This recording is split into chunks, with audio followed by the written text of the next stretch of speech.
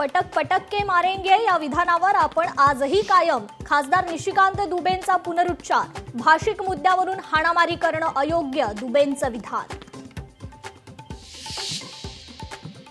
मराठी माणूस म्हणून मुंबईत कुणाला घर नाकारल्यास बिल्डरवर कारवाई होणार। मंत्री शंभूराज देसाईंची सभागृहात घोषणा। शहापूरच्या शाळेतील मुद्दा सभागृहात गाजला। शाळेतील मुख्याध्यापिकेसह एका शिक्षिकेला अटक, तर काही शिक्षकांची चौकशी सुरू। मंत्री संजय शिरसाट यांना आयकर विभागाची नोटीस। मी काहीही गैर केलं नाही, नोटीसीला उत्तर देणार, शिरसाट यांचं प्रत्युत्तर। विधान परिषदेत अनिल परब आणि शंभूराज देसाईंमध्ये जुंपली। मराठीच्या मुद्द्यावरून विधान परिषदेत खडाजंगी। समरजित घाटगे मुख्यमंत्री देवेंद्र फडणवीस यांच्या भेटीला। समरजित घाटगे यांच्याकडून पक्षांतरासाठी चाचपणी सुरू असल्याची चर्चा।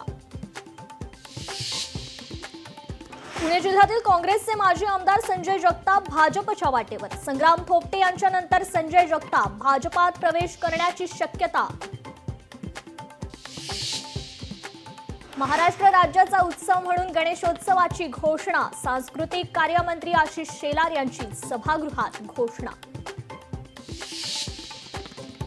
सभागृहात थोड्याच वेळात मांडलं जाणार जनसुरक्षा विधेयक। विधेयक सादर होण्यापूर्वी महसूल मंत्री चंद्रशेखर बावनकुळे विधिमंडळात समितीचा अहवाल सादर करणार।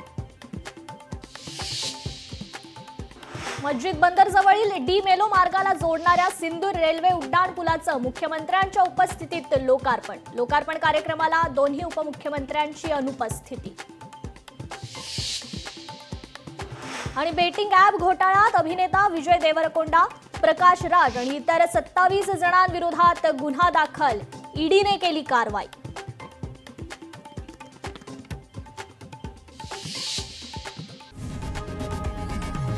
लोकशाही मराठी ऐका, पहा, जागरूक रहा।